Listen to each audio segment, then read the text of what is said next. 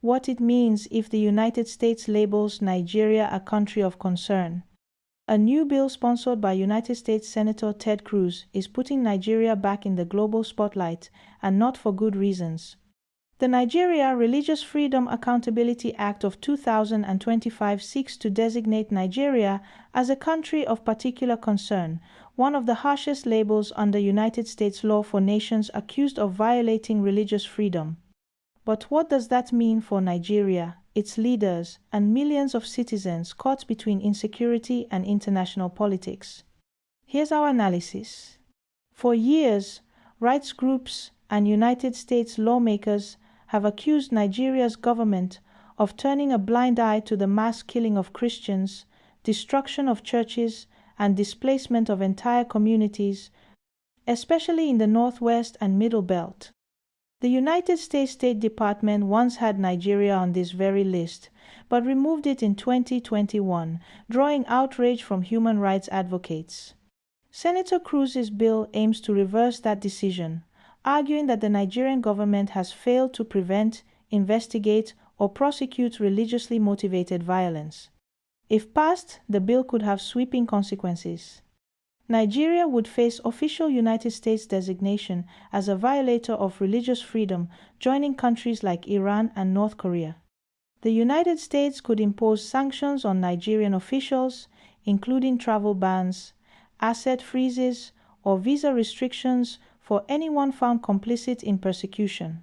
Certain categories of security or development aid might be suspended until clear progress is shown. It would also place Nigeria under continuous United States monitoring, meaning every attack, church burning, or unprosecuted massacre could trigger diplomatic consequences. Analysts say the bill is more than symbolic.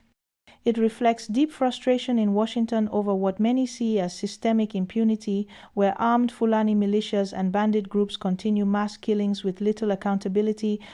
Critics of the Nigerian government argue that its slow or selective response to violence against Christians amounts to complicity by neglect. The government, however, insists the crisis is criminal, not religious, and says it treats all victims equally.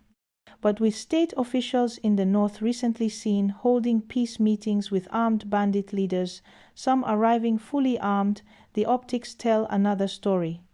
If Nigeria is officially relisted as a country of particular concern, it could face diplomatic isolation, reduced investor confidence, and increased pressure from global institutions to reform its justice and security systems. It could also embolden local and international human rights groups to push harder for investigations into what some now describe as a slow-burn Christian genocide. Whether or not Ted Cruz's bill becomes law, one thing is clear: Nigeria's religious freedom crisis has become impossible to ignore. The world is watching, and the pressure for accountability is rising. For Freedom Square News, I'm Jacinta Oye.